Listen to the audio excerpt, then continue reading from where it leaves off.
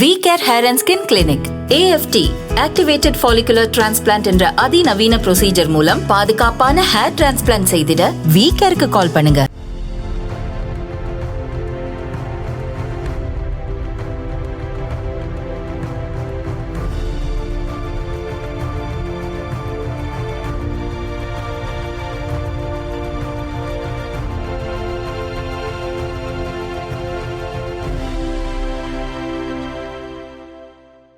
வணக்கம்.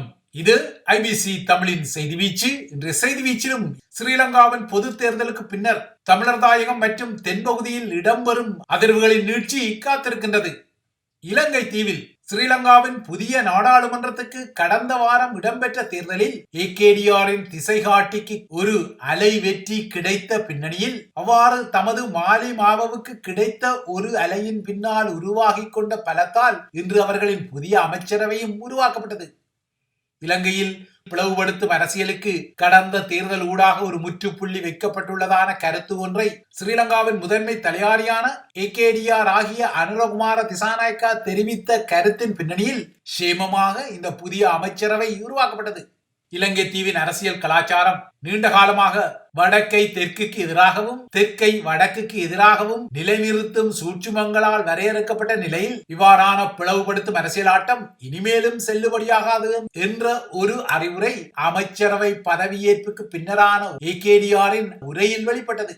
இதுவரை கொழும்பு அதிகார மையத்தில் கோலோச்சிய அரசாங்கங்களின் முக்கிய அடையாளமாக இருந்த ஜம்போ தொகை அமைச்சர்கள் இன்றைய அமைச்சரவை உருவாக்கத்தின் போது காண கிட்டவில்லை. அந்த வகையில் 2 தமிழ் முகங்கள் உள்ளடக்கப்பட்டு 21 முகங்களை கொண்டதாக இந்த புதிய அமைச்சரவை உருவாக்கப்பட்டது. ஸ்ரீலங்காவின் நிறைவேற்று அதிகார முதன்மை தலையாரிகள் தாம் வளமையாக கொண்டிருப்பது போலவே பாதுகாப்பு, நீதி, பொருளாதாரம் உட்பட்ட துறைகளை தலையாரி ஏகேடிஆர் தனக்கென இன்றைய அமைச்சரவையில் வளமை போல ஒதுக்கி இருந்தார். மிகுதியாக இருந்த ஏனைய பொறுப்புகள் பிரதமர் ஹரணி அமரசூரியா உட்பட்ட முகங்களுக்கு பகிர்ந்தளிக்கப்பட்டன. கடந்த செப்டம்பரில் இடம்பெற்ற முதன்மை தலையாரி தேர்தலுக்கு பின்னர் 3 அமைச்சர்களுடன் இயங்கிய அமைச்சரவை இப்போது மக்கள் தீர்ப்பால் தேசிய மக்கள் சக்திக்கு கிட்டிய உறுப்பினர்கள் மற்றும் தேசிய பட்டியல் உறுப்பினர்களுடன் விரிவாக்கப்பட்டு விட்டது.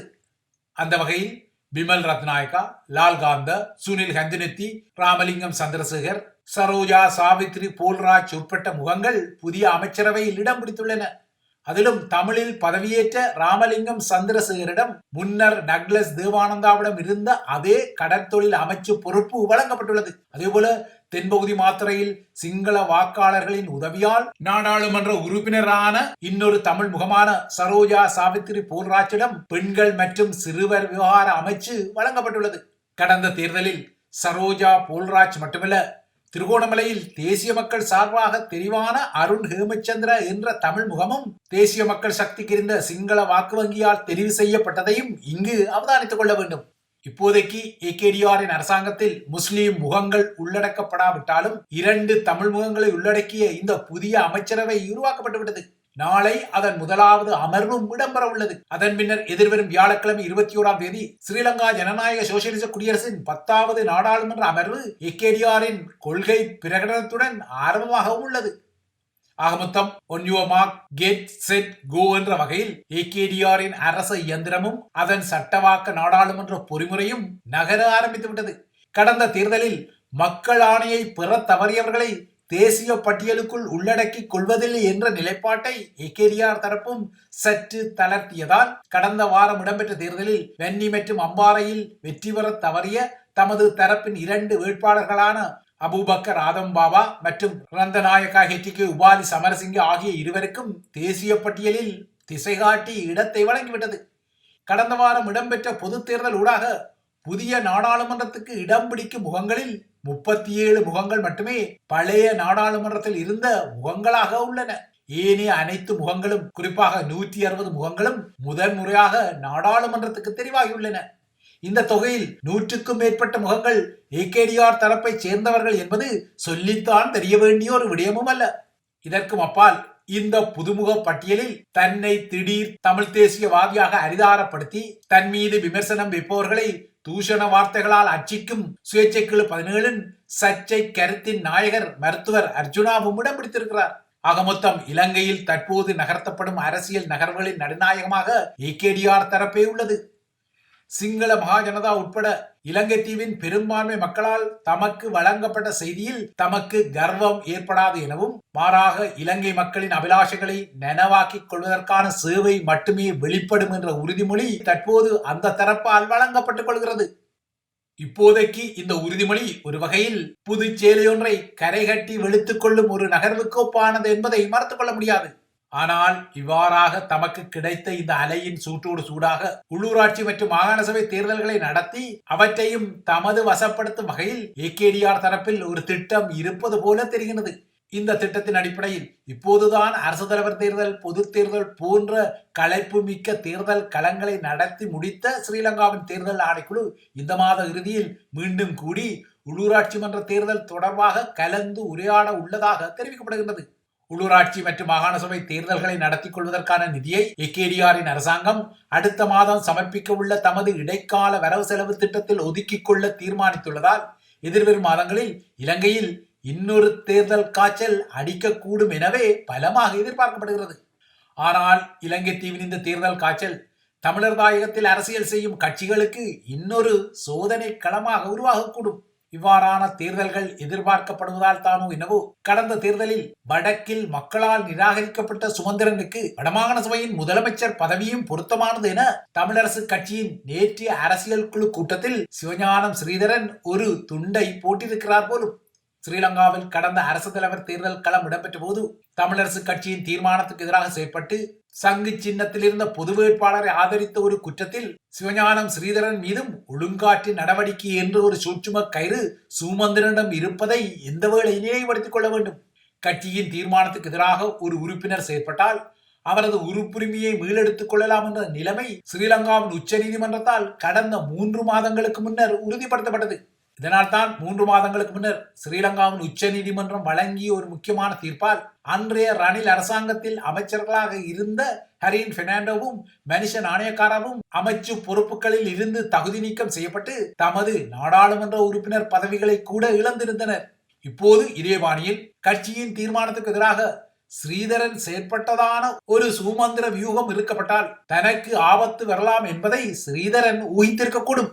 இதனால் தான் அவ்வாறான ஒரு ஆபத்தை உருவாக்கக்கூடிய சுமந்திரனை சற்று தாஜா செய்யக்கூடிய வகையில் அவர் இவ்வாறான கருத்துக்களை எடுத்துவிடக்கூடும். ஒருவேளை கட்சிக்கு எதிராக செயற்பட்ட காரணத்தால் தனது நாடாளுமன்ற பதவிக்கு ஆபத்து வந்தால் கடந்த தேர்தலில் தனக்கு அடுத்த நிலையில் விருப்பு வாக்குகளை அதிகமாக பெற்ற சுமந்திரனுக்குத்தான் அந்த பதவி செல்லும் என்ற சாத்தியக்கூறை சிவஞானம் ஸ்ரீதரன் ஊகித்திருக்கக்கூடும். இதனால் தான் மக்களால் சுமந்திரன் நிராகரிக்கப்பட்டாலும் வடக்கின் முதலமைச்சர் பதவிக்கு அவர் பொருத்தமானவர் எனவும் அப்படியில்லாவிட்டால் ஸ்ரீதரனாகிய தான் முதலமைச்சர் பொறுப்புக்கு வந்தால் தனது நாடாளுமன்ற ஆசனம் சுமோவுக்குத்தானே கிட்டக்கூடும் என்ற இன்னொரு வியூக தாஜாவையும் ஸ்ரீதரன் ஒரு தடுப்பாட்டமாக நகர்த்தக்கூடும். இதற்கிடையே ஆடியோ இந்த மாவை சேனாதராஜாவுக்கு தேசிய பட்டியல் ஆசனத்தை வழங்க கோரும் வகையில் அவரது பெயரை நேற்று ஸ்ரீதரன் பிரேரித்தமை இன்னொரு விடயம். ஆயினும் 80 வயதுகளை தாண்டி ஆடியோ இந்த மூதாள குதிரைகளை மீண்டும் அதிகார பதவிகளுக்கு அனுப்புவதில்லை என்று ஒரு கருத்தியல் வலுப்பட்டதால் மாவை சேனாதராஜாவுக்கு தேசிய பட்டியல் ஆசனத்தை வழங்கும் ஸ்ரீதரனின் ஆசை நிறைவேறிக்கொள்ளவில்லை. நேற்று தமிழரசு கட்சியில் நடந்த கூட்டத்தில் தேசிய பட்டியல் ஆசனம் மருத்துவர் சத்தியலிங்கத்துக்கு வழங்கப்படும் முன்னர் அந்த ஆசனத்தை தனக்கு தாருங்கள் என மாவை சேனாதராஜா பரிதாபமாக கெஞ்சிக் கொண்ட காட்சி அவர் மட்டும் வெளிப்படுத்திய பரிதாப நிலை அல்ல, மாறாக தமிழ் அரசியல் பரப்பின் பரிதாப நிலைக்கு இந்த கெஞ்சுதல் ஒரு எடுத்துக்காட்டு. ஆக குறைந்தது 2 வருட காலத்துக்கேனும் அந்த ஆசனத்தை எனக்கு வழங்குங்கள், அதன் பின்னர் அதனை தான் சுமந்திரனுக்கு வழங்குவதாக கூட மாவையரின் குரல் ஒலித்தது.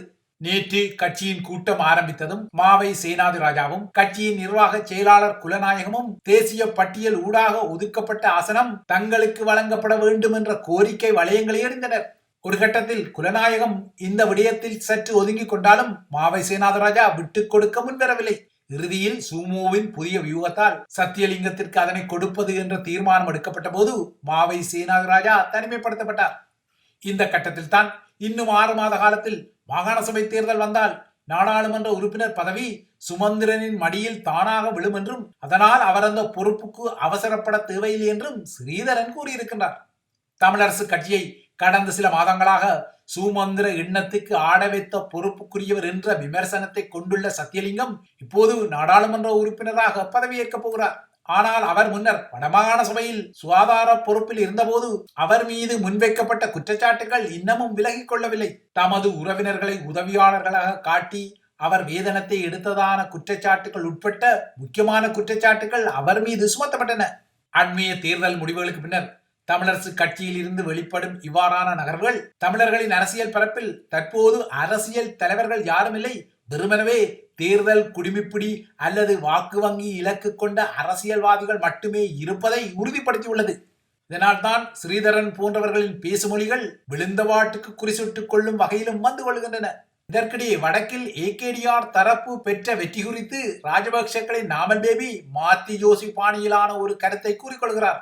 அதாவது வடக்கில் தற்போது திசைகாட்டிக்கு கிட்டிய ஆதரவு ஒரு காலத்தில் தனது தந்தையான மஹிந்த கண்ட கனவு எனவும் தெற்கின் அரசியல் கட்சிகள் வடக்கு மக்களை கவரக்கூடிய சூழலை உருவாக்க வேண்டும் என மஹிந்தவின் கனவு இருந்ததாகவும் தற்போது தேசிய மக்கள் சக்தியின் வெற்றியூடாக அது நிரூபிக்கப்பட்டுள்ளதாகவும் தட்டை திருப்பி போட்டு நாமல் பேபி ஒரு சிறப்பு அறிக்கையிடலை செய்யும் வகையில் தமிழர் தாயகத்தின் முடிவு வந்துள்ளது. நாமல் பேபியின் இந்த கருத்து ஒரு கரணமடிப்பு நிலையாக இருந்தால் அதே போலவே சுமந்திரனுக்கு முதலமைச்சர் பதவி பொருத்தமானது என விழுந்தபாட்டுக்கு குறிசுட்டு தேரை தெருவில் இழுத்துவிட தலைப்படும் ஸ்ரீதரனின் கருத்தும் ஒரு கரணமடிப்பு தான்.